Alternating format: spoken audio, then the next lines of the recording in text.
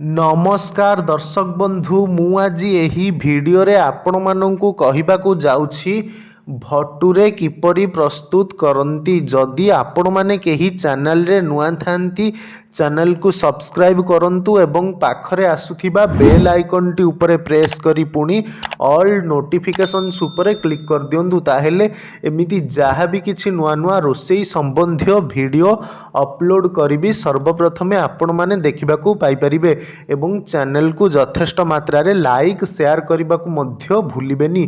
ताहेले चलंतु देखिनबा भटुरे किपरि प्रस्तुत करंती एवं एथिपाई कौन कौन सामग्री प्रथमे नेबाकू हुए।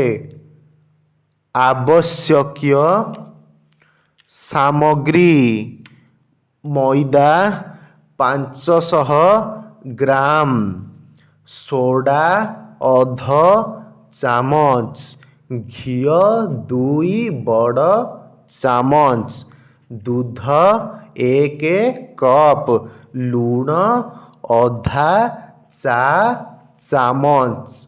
रंधन प्रणाली मैदा चलाई लूण सोडा घी मिसाओ, अल्प अल्प दूध देई चकट, खंडिए कना ओदा करी ता उपरे चकटा को रख, आउ खंडे कना ओदा करी घोड़ाई दियो।